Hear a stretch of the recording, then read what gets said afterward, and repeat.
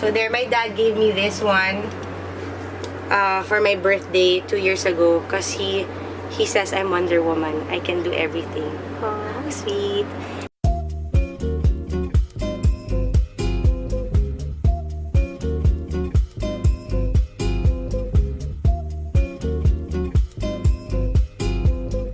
Hi, I'm Cheska Kramer. I'm a mom of 3 and I'm also a housewife. So join me as I take you on a tour in our house and also share more about me. So, on a casual day, I would wear something like this. And then probably, depending on where I'm going, I'd probably wear rubber shoes or like sandals with a bit of heels. So, on casual days, obviously, I'd want to be more relaxed, especially if I'm picking up my kids. All my children are very close to each other. Reason being is they're always together. When they have their friends around, they always gravitate towards each other. So their friends can be there, but you'll always see them sitting beside each other. On other days when I go out on dates with Doug, I like wearing skirts. Actually, he prefers me to wear skirts. But if it was my choice, I'd probably wear like pants. Yeah, Gavin, you can join me. I'd probably wear pants. I also like wearing dresses. So, actually, my personal style depends on where I'm going, who I'm gonna be with. I can't exactly say I'm more androgynous or I'm more girly. I'm actually in between all of those. Again, it depends on my mood and the shoes that I'm wearing. Doug and I were both kids at heart. So, I still enjoy playing with my toys. I have toys actually that I asked Kendra to buy, but actually it's for me. And so what we do is, and something that my brothers and I used to do, we used to bring in all our toys together. So my brothers back then, they would be collecting G.I. Joes and Ninja Turtles, and I'd have like Barbie or She-Ra. So what we do is we'd play together and we'd make up a story. So now that my kids are big enough to come up with their own script and with their own lines, what we would do is we'd build like a community, get all their toys and gather all their toys together, and then we'd start playing, and then we'd start thinking of a script and come up with a storyline. And it's just really something that we really enjoy doing. Great family bonding at the same time. You also encourage your children to do critical thinking. This is my room with my husband that I share with my children.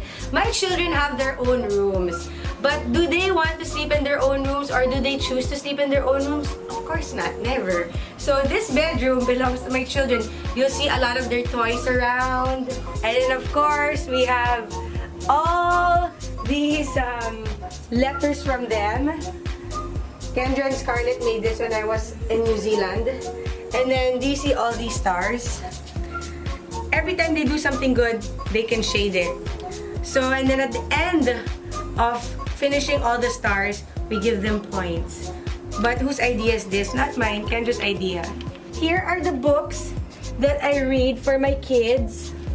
Okay. So, we have classics like Heidi.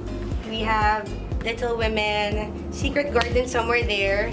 And then books that I really liked when I was a kid. So we have Judy Blume.